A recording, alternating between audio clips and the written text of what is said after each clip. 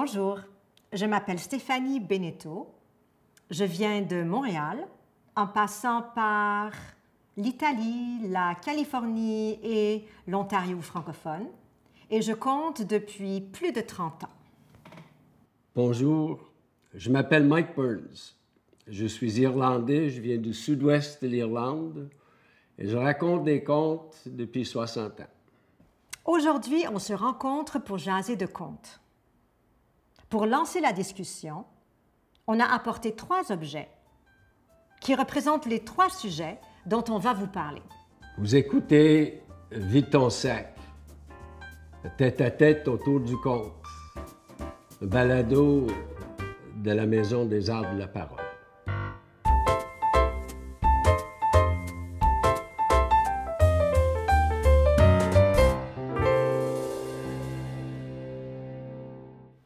Bonjour Stéphanie. Bonjour Mike. On m'a demandé d'apporter un objet qui représente le conte pour moi. Fait que, pour moi, mes premiers souvenirs du conte, c'est autour du feu. Et on revient toujours au feu. Je me suis décidé que ça me prenait de faire un fire drill, Ituktuk. Je pense qu'on dit en Inuktitut, mais je ne suis pas certain. Alors, ça, c'est normalement fait avec côte de caribou. J'en ai pas.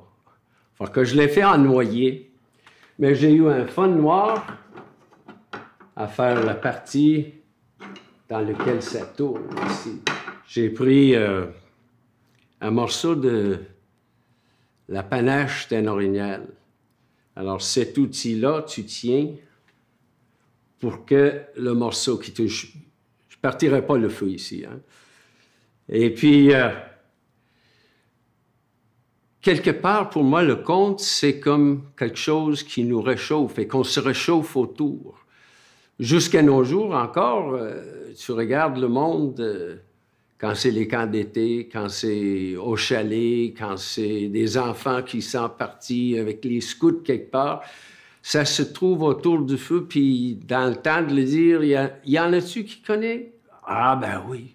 Et puis c'est des histoires de fantômes, c'est des histoires de qu'est-ce qui se passe l'autre bout du lac, et puis avant que tu saches, t'es bien parti pour une bonne veillée. Alors dans ce sens-là, je trouve que le conte se fait autour du feu. Ça fait aussi, pour moi, un genre de cercle sacré qui est le même cercle qu'on a quand il y a la lumière du feu et on est là avec la noirceur qui nous entoure, mais on fait cette commensale, cette situation de partage, être ensemble. Comme tu sais très bien, le conte, s'il n'y a pas des oreilles, il n'y a pas de conte. Fait que le feu, ça fait le cercle pour moi. C'est intéressant parce que ton objet, il est archaïque aussi, comme le conte. Il est très, très, très, très vieux. Le conte, c'est vraiment très, très vieux depuis les tout débuts de l'humanité. Fait que ce que je trouve d'intéressant avec ton objet, c'est que tu nous fais un pont aussi avec quelque chose qui nous appartient, l'humanité, depuis nos tout débuts, au fait. Tout comme la capacité de faire du feu, c'est quelque chose qu'on a appris très, très tôt aussi. Même, je pense que c'est en faisant le feu, en maîtrisant le feu, qu'on est devenu humain. Et qu'on est devenu des parleurs, et inévitablement, avec la langue, qu'on est devenu des conteurs. On est quand même la plus vieille profession sur la Terre, peu importe les autres prétendants. Là, Tu sais, Mike, que je savais ce qui allait arriver. Parce que lorsqu'on m'a demandé d'apporter un objet qui représentait le conte pour moi, comme toi, j'ai eu de la difficulté au début parce que pour moi, justement, le conte est immatériel. C'est une de ses qualités les plus fondamentales. Il est immatériel. Donc, qu'est-ce que tu penses que j'ai apporté? Sans savoir, hein? Sachez, ceux qui écoutent, qu'on n'a pas organisé ça avec le gars des vues, non? Moi, j'ai apporté des allumettes. Parce que pour moi, le conte, c'est le feu, comme toi. Et le feu est incandescent, il apporte chaleur et il apporte lumière, comme le conte. Il est toujours en train de changer. C'est pas quelque chose qu'on peut mettre dans une boîte, qu'on peut fixer. On sait même que lorsqu'on prend le conte et qu'on le met dans un livre, aussi beau que cela puisse être pour transmettre, déjà, c'est pas la même chose que lorsqu'on le raconte. C'est pareil pour le feu. Et aussi, pour faire du feu, on a besoin de 3 choses. On a un triangle. Et je pense que c'est vrai aussi pour le conte. Pour faire un feu, on a besoin du combustible, donc le bois en général. On peut brûler toutes sortes de choses, mais il y a le bois. On a besoin de l'oxygène, ils appellent ça le comburant, la chaude, parce qu'on n'aura pas de feu sans oxygène. Et on a besoin d'énergie, une source d'énergie pour partir l'étincelle. Et on a besoin de ces 3 choses-là pour avoir du feu. Et pour moi, ça c'est tellement vrai du conte. Parce que le bois, pour moi, c'est le conte lui-même, le matériel qu'on est en train de raconter. Il y a du bois qui brûle lentement, il y a du bois qui brûle vite, il y a du bois qui brûle super mal s'il est mouillé. Et c'est pareil pour le conte lui-même. Tu sais, si on regarde notre héritage, les contes qu'on a, il y en a qui brûlent comme du papier, puis c'est fini. Il y en a d'autres qui brûlent très, très longtemps. Il y a du bon bois pour le feu, du mauvais bois pour le feu. Donc, je ne suis pas de celles qui pensent qu'on peut raconter n'importe quoi. Je pense que ce qu'on raconte est important. Et puis, la deuxième chose dont on a besoin pour faire du feu, c'est l'oxygène, le comburant. Et puis, ben ça, pour moi, on pourrait dire que c'est le public, mais c'est plus que le public. Pour moi, c'est l'attention. L'attention du public. Parce qu'avoir un public qui ne porte pas attention, ça ne fera pas brûler. On le sait, hein, on a déjà vécu ça. Et c'est l'attention du public, mais aussi de l'artiste. Et je dis souvent, je raconte très souvent aux enfants, puis je leur dis souvent au début, je leur explique que leur attention est la force la plus puissante du monde. Je le crois, ça. Que l'attention collective, c'est une force inouïe. Les maîtres zen nous enseignent ça. Fait que pour moi, le conte, il y a donc le conte lui-même, il y a l'attention qui est donnée par le public, et l'étincelle, l'énergie, ça, je pense que c'est l'art du conteur, de la conteuse. Et quand le conte arrive dans notre cœur, ben, on a les braises qui nous gardent au chaud pendant longtemps après. Très vrai, oui.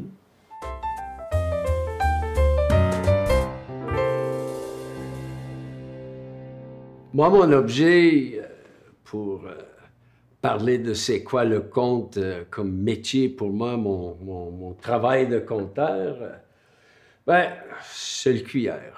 Je suis fabricant de cuillères en bois. J'étais pour apporter une cuillère de bébé, mais le bébé est né, la cuillère est donnée, fait que j'ai décidé d'apporter une autre cuillère au lieu. C'est une cuillère qu'on appelle un Welsh Love Spoon, une cuillère d'amour du Pays de Galles. C'est des cuillères qui fabriquaient les vergers l'hiver durant pour leur bien-aimée en espérant qu'elle l'accepte. C'était comme une bague de fiançailles, si tu veux. L'idée du cuillère, c'est cette idée que le conte est pour nous nourrir. Ça me nourrit de raconter mes contes. Ça me nourrit de me faire raconter des histoires. Et quelque part, déjà tout petit bébé, mais des histoires d'amour, je pense qu'on peut les avoir toute une vie durant. Et c'était vraiment l'idée du conte comme nourriture spirituelle. Autant que nourrir la bédaine, il faut nourrir la tête, il faut nourrir l'esprit. Et souvent, on ne sait même pas qu'est-ce que c'est la nourriture qui est dans les contes qu'on raconte. Parce que j'ai des contes que je trimballe avec moi depuis que j'ai 9 ans, 10 ans. Et tu vois quelque chose là-dedans, tu apprends quelque chose de ça. Et puis 20 ans plus tard, tu fais « Oh my God! Oh, c'est pas vrai! C'est pour ça que je l'affectionne tant et tellement. Il est en train de me raconter ça pendant des années et puis je l'avais jamais vu. Et je continue à découvrir qu'il y a de plus en plus autre chose à l'intérieur de ces choses-là. Moi, je ne suis pas une personne qui aime ça, l'idée qu'on dit à la fin d'un conte « Et voici le moral de l'histoire ». Je trouve ça triste, parce que c'est à chacun et chacune de trouver où ça résonne pour eux et qu'est-ce que ça leur dit. Et il y en a des choses qui sont profanes et évidentes et faciles d'accès. Il y a des choses qui sont sacrées et bien cachées, qui peuvent être tous dans le même conte. Alors, on offre la nourriture avec une louche, avec une cuillère, mais c'était chacun et chacune de goûter la soupe et de voir qu'est-ce qu'ils vont trouver là-dedans et comment est-ce qu'ils vont être nourris par ça. Alors, de là, la cuillère, pour moi, c'est... les fourchettes, c'est récent, ça fait quoi, 600 ans qu'on les a. Mais les cuillères, ben, ils sont presque aussi vieux que le conte. Hein? Oui, oui. Alors, écoute, regarde, moi, pour présenter ma propre pratique, j'ai emmené ce châle. Pour les gens qui ne voient pas, mais qui entendent, c'est un châle en laine qui a de l'appliqué dessus, qui est un beau bleu foncé avec du doré, avec du turquoise. Et ce châle a été fait par une femme que tu connais bien, Josie Brown. Et il m'a été donné par Josie et par son compagnon Ron Evans. Ron, qui est un des probablement derniers porteur d'une tradition orale ininterrompue de 10 000 ans, tu vois. Donc, un conteur métis, et non métissé, mais vraiment métis avec un M majuscule. Et la raison pour laquelle j'ai apporté ce châle pour représenter ma propre pratique, alors, premièrement, il m'a été donné par deux personnes qui me sont très, très chères. Et une est britannique, avec, comme tu sais, un accent Oxford, coupé au couteau. L'autre qui a été élevée nomade en Alberta, rejeté par la société parce qu'il était métis. Et ils sont métissés, eux, leur couple est mélangé. Et moi, je suis mélangée. Mon père est franco-ontarien, déjà, c'est pas québécois, c'est déjà différent, tu sais. Ma mère est américaine, mais je suis née en Italie. J'ai passé toute ma jeunesse en Italie. J'ai vécu aux États-Unis, j'ai vécu en Ontario et je suis arrivée à Montréal à l'âge de 13 ans.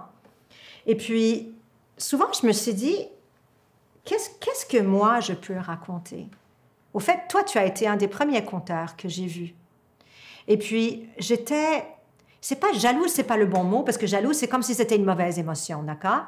Mais je voyais comment tu racontais des histoires qui venaient d'une tradition qui était complètement tienne, dans laquelle tu es né et qui remonte, tu sais, des siècles et des siècles. Et l'Irlande, en plus, mon Dieu, quelle vieille culture, tu sais. Puis moi, je me disais, mais est-ce que je raconte des contes québécois? Est-ce que je raconte des contes franco-ontariens? Est-ce que je raconte des contes italiens? Est-ce que je raconte des contes américains? Qui suis-je? Qu'est-ce que j'ai le droit de raconter? Qu'est-ce que j'ai envie de raconter? Et ce châle, tissage, il est tissé. Il est tissé de beaucoup d'éléments différents. Il y a de la soie, il y a de la laine, il y a de la dentelle, il y a du doré. Et moi aussi, je suis tissée de beaucoup d'éléments différents. Et ça, j'apprends à le célébrer, tu sais. Et lorsque je raconte des histoires, c'est sûr qu'à chaque fois qu'il faut que je me pose la question, tu sais, pourquoi... C'est pas que je pense qu'on a le droit ou pas le droit. Hein. C'est pas que je dis, j'ai pas le droit, sauf certaines exceptions, là. J'ai pas le droit de raconter des histoires italiennes à moins d'être italienne. Je pense pas ça. Mais il faut que je trouve la racine... Dans cette histoire-là, il faut que je trouve où est-ce que l'histoire correspond à une racine qui est mienne aussi. Et alors ça, c'est la première raison pour laquelle j'ai apporté ce châle. Puis, une autre raison, c'est que il est chaud, il est doux, il protège. On peut mettre d'autres gens à l'intérieur du châle avec nous, tu sais. Quand tu parles de la cuillère, qui est, je ne sais pas comment dire en français, nurturing, nourrissant, mais nurturing, c'est plus gros que nourrissant. C'est l'acte de protéger, de donner de l'amour, d'encercler, tu sais. Je pense que le conte fait ça.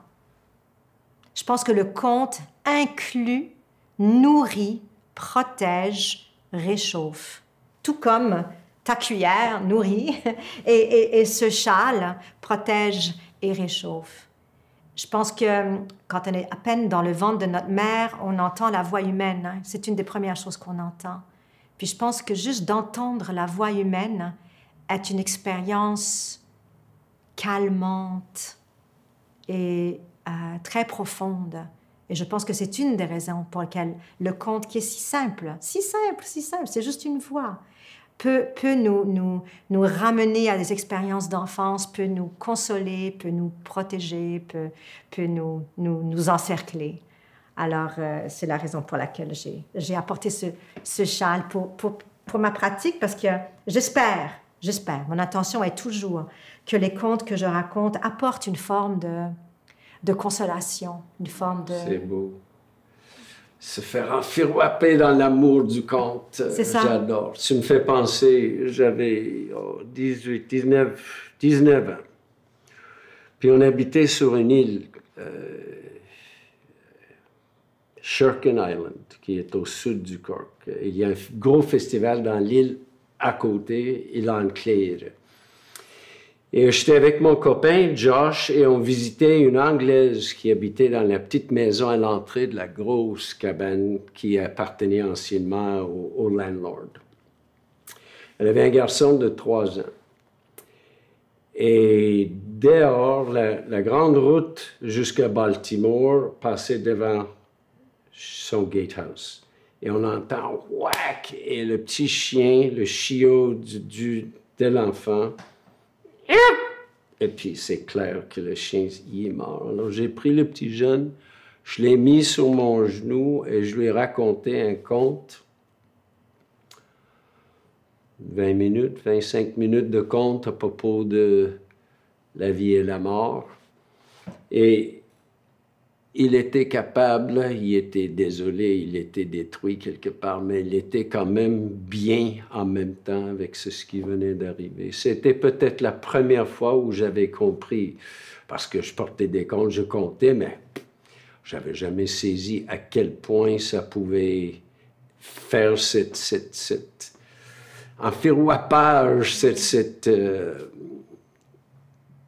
tendresse, cette douceur, cette guérison, cette image du châle qui enfirouape, qui prend soin, qui enveloppe, qui a cocoon, un cocon, je pense en français, je suis pas sûr. En tout cas, c'est même un mot maintenant, cocooning, là, tout le monde dit « Ah, je fais du cocooning ». On pourrait leur dire, si vous faites du cocooning, vous pouvez emmener des contes dans votre expérience.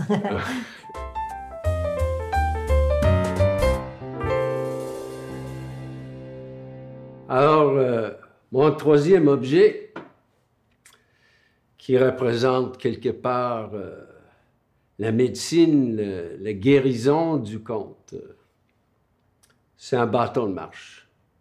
J'étais ici à Sherbrooke à un moment donné, chez Christian-Marie Ponce et Petronella Van Dyke, en train de façonner cette canne à marche. Puis, mon père, il avait une canne à la fin de sa vie. Il l'utilisait quand il comptait pour marquer, pour gesticuler, Alors, j'ai dit, pendant un bout de temps, j'ai dit, bah, ça serait bien que j'en ai un. J'en ai pas de besoin encore, mais il faut être prévoyant. Et un jour, on va en avoir de besoin. Ce bâton-là et le bâton, quelque part, c'est le conte comme chemin, comme route qu'on prend. Et sur la route, des fois, on a besoin de s'appuyer. On a besoin de support. Parfois, on a besoin d'avoir quelque chose dans les mains pour nous aider à se protéger. Et le conte, il fait ça. Il fait ça de multiples façons, selon moi. Et quand je compte, chaque conte que je compte, c'est un chemin. Et le fait de faire ce chemin-là, il y a une guérison juste à le porter, à le raconter, à le donner.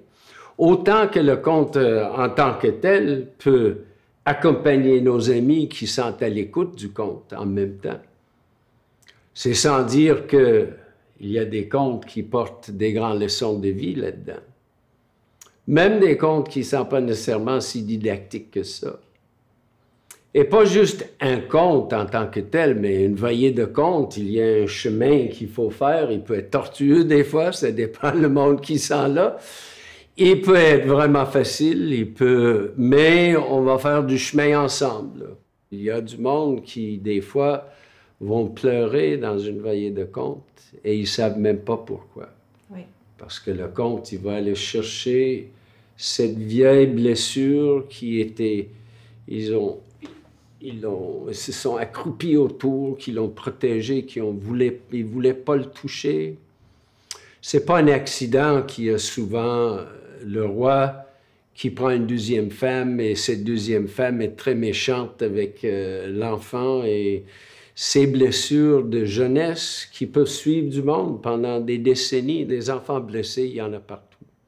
Et le conte, le monde, ils vont souvent penser que c'est que pour des enfants. Oui, mais on est tous des enfants. Et on a tous besoin de se faire raconter ces contes-là.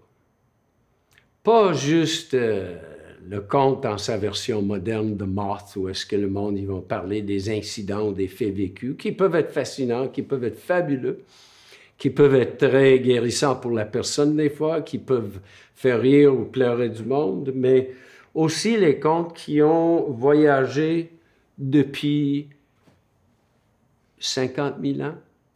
Il y a un article que j'ai vu cette semaine, il y a une caverne qui a été trouvée par un plongeur au large de Marseille, très près par là.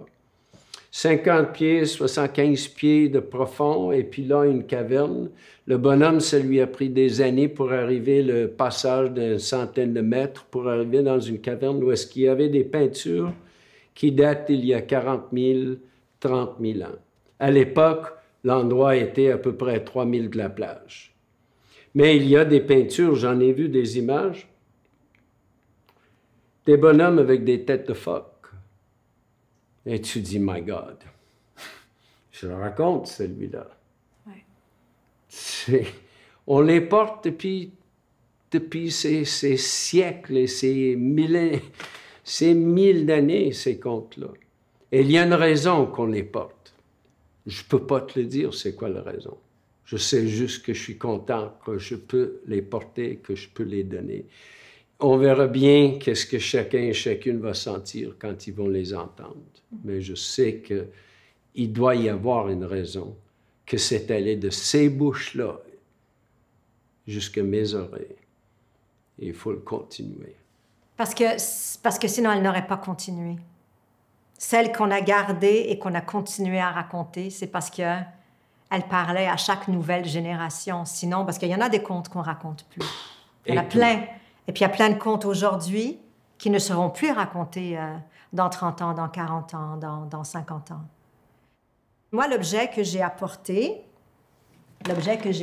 au fait, c'est pour ceux qui sont à la radio en ce moment, j'ai les mains en forme, comme si j'avais de l'eau, au fait, dans les mains, mais il n'y a rien, il n'y a absolument rien. Sauf qu'il n'y a pas vraiment rien. Parce que moi, je peux regarder ça, puis je peux voir plein de choses. Je peux imaginer, je peux inventer. Puis, est-ce que le conte est médecine, ou comment est-ce que le conte est médecine? C'est un peu la raison pour laquelle j'apporte, je vais le souffler là, je vais le souffler vers toi, un petit peu de médecine. C'est que je pense que le conte est médecine dépendant de ce qu'on en fait, de ce que nos mains font avec ce conte-là. Puis pour moi, j'ai eu d'innombrables expériences mais, avec cette question-là, mais une des plus puissantes que j'ai eues, c'est lorsque j'étais au Liban, où je pense que tu es déjà allé aussi, le festival de djihad. Et je racontais dans un village dans les montagnes, assez loin de la capitale, où est-ce qu'il y avait beaucoup, beaucoup d'enfants syriens, parce que ça faisait juste 2 ans qu'il y avait la guerre en Syrie, 2-3 ans, et il y avait énormément de réfugiés syriens. Donc, dans cette petite école de village, la moitié des enfants qui étaient là, c'était des réfugiés syriens. L'école était francophone, mais les Syriens apprenaient juste le français, parce qu'en Syrie, ce n'est pas une langue officielle comme au Liban.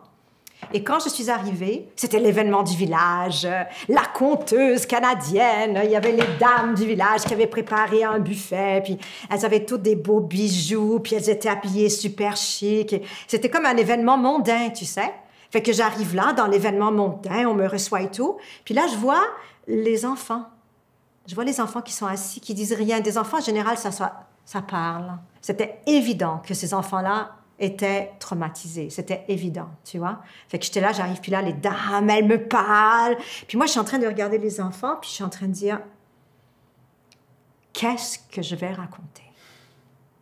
Parce que je voulais vraiment être capable de donner ce que je pouvais donner à ces enfants-là, tu sais. Et puis, je sais pas, hein. Je sais pas qu'est-ce qui s'est passé. Je veux dire, ça s'est très bien passé, là. J'ai senti quelque chose de très profond. Ça a été une de mes belles et grandes expériences de conte de ma vie. J'ose espérer qu'il y avait de la médecine dans ce moment-là, mais je ne peux pas vraiment le savoir, tu sais. Même si je l'ai senti, là. Puis la médecine, des fois, c'est le rire. La médecine, au contraire, des fois, c'est de nous faire vivre une émotion qu'on a cachée. Il y a plein de médecines différentes. Et puis, on les contrôle pas nécessairement. Alors, il faut qu'on fasse très fort notre travail de construire du répertoire, de sentir nos histoires très profondément, de les connaître, pour que, lorsqu'arrivent ces moments-là, on puisse avoir un laisser-aller total, puis laisser le conte, l'esprit du conte, les dieux du conte, le moment de rassemblement, dicter qu'est-ce qui va arriver dans ces moments de guérison. Comme toi, avec ce petit garçon, quand tu racontais au petit garçon, tu n'avais pas décidé nécessairement dans ta tête qu'est-ce qu'il faut que je raconte à ce petit garçon-là. C'est ça. C'est ça. C'est ça. J'y crois très, très fort à ça, à l'élément guérison du conte. Et puis Mike, il y a l'autre côté de la guérison, c'est le poison. Il y a l'utilisation du mythologie et du conte, des fois, qui peut être détournée pour faire de la propagande. Ouais. Et ça, c'est très important que les conteurs restent assez réveillés pour ne pas tomber dans ce piège-là. On voit maintenant, de nos jours, beaucoup de racontage qui est vraiment de la propagande et de la mésinformation et la diabolisation de l'autre, peu importe qui est l'autre.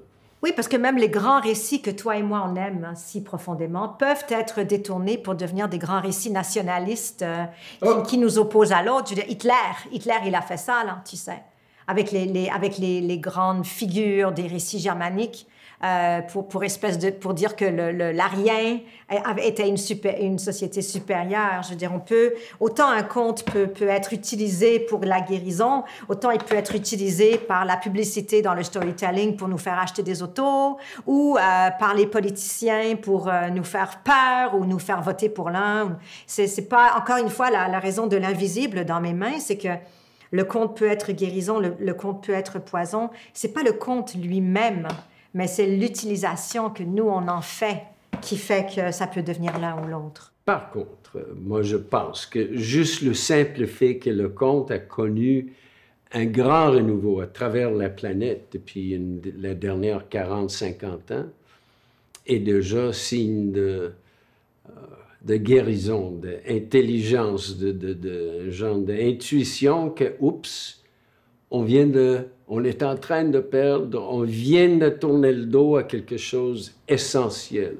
Je pense que c'est inné chez nous. Et la capacité du monde de trahir le conte, de le tourner en poison, vient du fait que le monde a besoin d'aiguiser leurs oreilles pour savoir que c'est du bon conte ou c'est du mauvais conte. Et la plupart du monde, malheureusement, de nos jours, se font nourrir par du fast-food, du contage, quoi. C'est d'où le fait que le conte dans des festivals, dans des veillées de conte est essentiel. Et à la Maison des Arts de la Parole, qui nous a invités, et que je remercie parce que pour moi, d'être invitée à participer à cette conversation avec toi, quand je pense à lorsque j'étais jeune conteuse et que je te voyais sur une scène et que tu représentais quelque chose de tellement extraordinaire, puis d'être capable d'être là, assise à côté de toi, puis de discuter avec toi, c'est un grand bonheur et un grand honneur. Pour moi aussi. Merci beaucoup.